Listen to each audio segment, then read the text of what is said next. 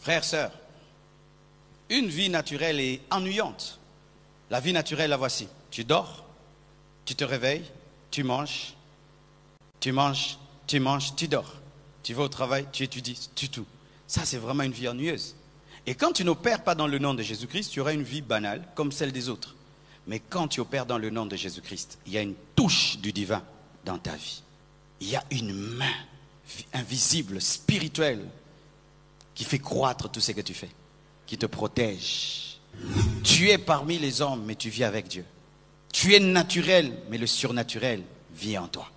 Les problèmes insolubles trouvent des solutions parce que toi, au-delà de ta force, de ta capacité, tu fais appel à Jésus-Christ. Tu étudies, tu pries, tu lis tes notes et ainsi tu opères et dans le surnaturel et dans le naturel. Tu mémorises tes notes, mais quand tu les oublies, même le Saint-Esprit peut te rappeler.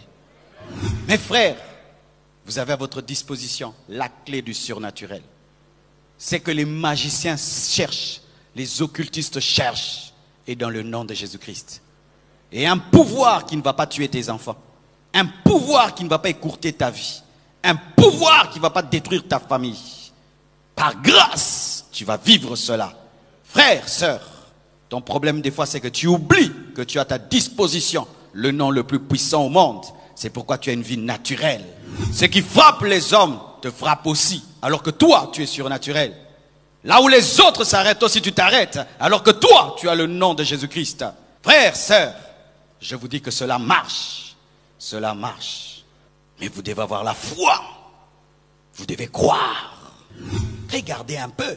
Un jeune garçon est ici. On lui parle d'un féticheur là-bas au Bas-Congo. Il va au Bas-Congo. On lui donne des choses. Et il revient. Il croit que j'ai rencontré un féticheur. Il m'a dit de couper ceci, de tuer cela. Et il fait. Et puis vous voyez, ça devient un grand musicien. Il commence à chanter. Ses CD commencent à se vendre partout, partout, partout, partout. Parce qu'il croit en la puissance des démons. Et il croit en la puissance du féticheur. Mais toi, ton problème, c'est quoi? C'est que tu ne crois pas. Tu ne crois pas. Tu ne crois pas. C'est pourquoi tu as une vie naturelle. Tu as une vie normale. Tu as une vie normale. Lui, quand les problèmes viennent, il va. Il invoque son fétiche face à ses problèmes. Mais toi, quand tu as des problèmes, tu oublies même que tu as Jésus. Tu commences à regarder les hommes. Tu commences à regarder les hommes. Vous savez qu'un chrétien ne regarde pas un homme? Je regarde un homme que Dieu a marqué pour me dire c'est par lui.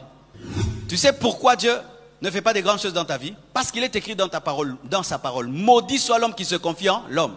Maudit soit celui qui prend la chair pour appui. Voici maintenant comment tu pries, tu ne vois pas la main de Dieu. C'est que quand tu pries, tu ne regardes pas à Dieu. Je ne dis même pas regarder au ciel. C'est-à-dire que c'est une manière d'exprimer. C'est-à-dire tu ne t'attends pas d'abord à Dieu quand tu pries. Mais quand tu as un problème, tu dis qui va m'aider? Quel homme va m'aider? Et tu commences à voir tel m'aide souvent, tel m'aide souvent, tel m'aide souvent, tel m'aide. Alors pendant que quand tu as un problème, du coup tu penses à un homme. Tu penses à un homme. Tel va me donner, tel va m'aider, tel va m'aider. Et ainsi. Tu ne pries pas Dieu, tu pries un homme. Ton Dieu c'est un homme. Et comme ton Dieu c'est la chair, tu auras une vie naturelle. Mais celui qui prie, il met tous les hommes de côté. Même s'il a des relations, il met tout le monde de côté. Il dit, Père, je te demande telle chose. Et là, tu enlèves tous les hommes de ta tête. Tous ceux qui peuvent t'aider. Tu ne regardes qu'à Jésus. Au nom de Jésus-Christ. Amen. Tu reçois par la foi. Car la Bible dit, tout ce que vous demanderez en priant, croyez l'avoir reçu, vous le verrez s'accomplir. Tu dois recevoir d'abord en esprit. Quand maintenant tu as la grossesse, il peut te dire, va chez la veuve de Sarepta. Je l'ai préparée pour te nourrir. Va. Je lui ai déjà donné un ordre. Mais ce n'est pas que tu penses à la veuve de Sarepta pendant que tu demandes la nourriture. C'est pourquoi tu ne vis pas des miracles. Parce que tu pries avec ton oncle dans ta tête. Tu pries avec l'homme riche là dans ta tête. C'est lui qui est ton Dieu. C'est pourquoi tu as une vie des miettes. Il te donne des miettes, des miettes, des miettes, des miettes. Mais si tu te tiens devant Dieu, tu n'es que face qu'à sa provision. Rosa Kandarabashaya. Au nom de Jésus. Et quand tu demandes ça, il te dit, va, va. Il peut même te dire, ne va nulle part. Ça va venir vers toi. Et il peut même te dire, ça, tu fais ça, tu fais ça, tu fais ça, tu fais ça, tu fais ça, tu fais ça. Il te donne des secrets. Il te donne des secrets. Il te dit investis.